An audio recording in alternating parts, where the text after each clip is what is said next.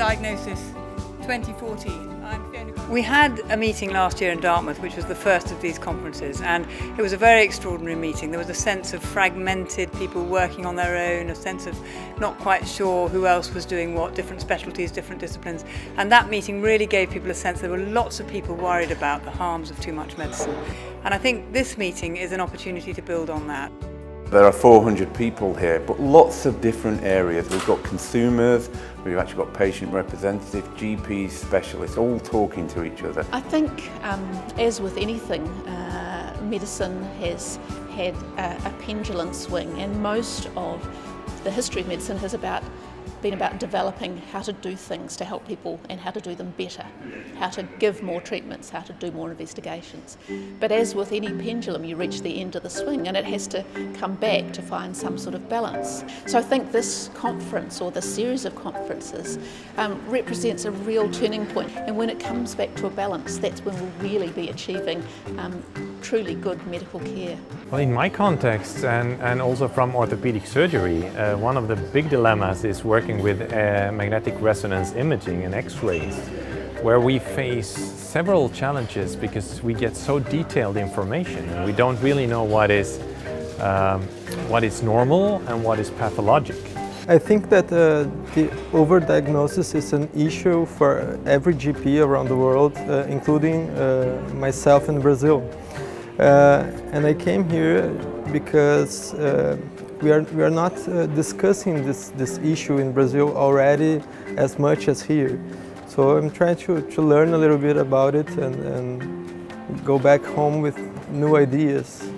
Actually, that was when I became a geneticist, because I was fascinated by this wonderful simplicity. But better still, my biology teacher stepped into the seat beside me on the way back to school and said, "Can you explain that to me once more?" And that was the first time. Well, I was here to talk about genetics and genomics and how genetic testing might cause overdiagnosis. And as I actually started by saying, you ain't seen nothing yet. I mean, once you can actually start whole genome sequencing, the danger of making everyone worried by their genes is almost unlimited.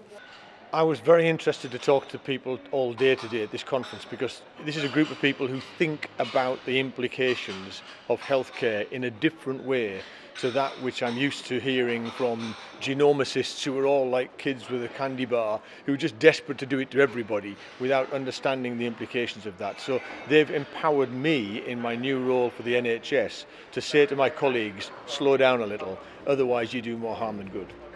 I wish all of us the courage to always consider the timely, the concrete, the local. Now, what I really like is the mixture of the overall picture, like Iona Heath presents, and then going to details, being really updated on particular issues, like the MRI. I thought that was a fantastic lecture.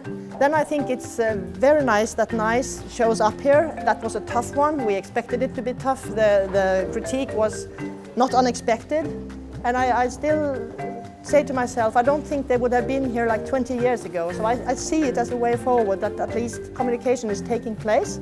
Conferences like this, which are really, to me, central to making sure we deliver the right health services for the right people at the right time, are critical. And I'm really looking forward to the full output from the conference, and we certainly will be listening. Both the keynotes I heard this morning, one about some of the nonsense around the diagnosis of pre-diabetes, and also the really interesting one about MRI scans, fascinating stuff. And as I was listening, I thought this should be available to the general public. They should be understanding this. This is too good just for healthcare specialists.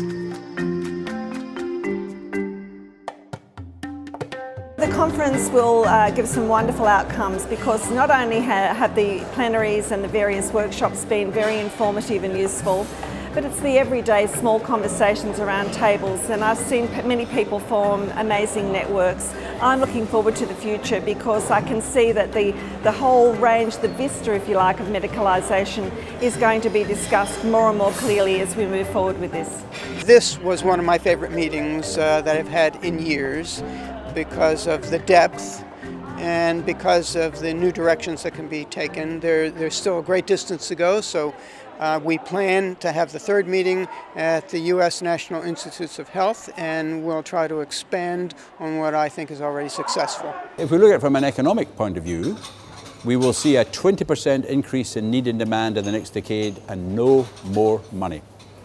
From a personal point of view, we're seeing the balance of good to harm changing. So these are thought leaders here. We need to move now from thought leadership to action. One of the keys now is to take this forward with action. I've just come out of a workshop in general practice where they're going to go to the Royal College of GPs and try and influence how they reduce overdiagnosis. I think this is an incredibly important event, and what we'll see is it will grow and grow in size. So I think next year it will be a bigger event. There's lots to learn about this problem, lots to solve.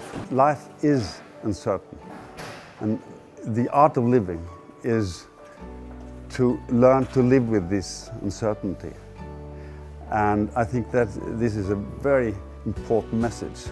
With 400 people here, you've got a movement, and that movement could change the world.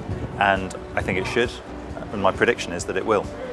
I'm very glad I came. I'm coming next year too, and then next year after.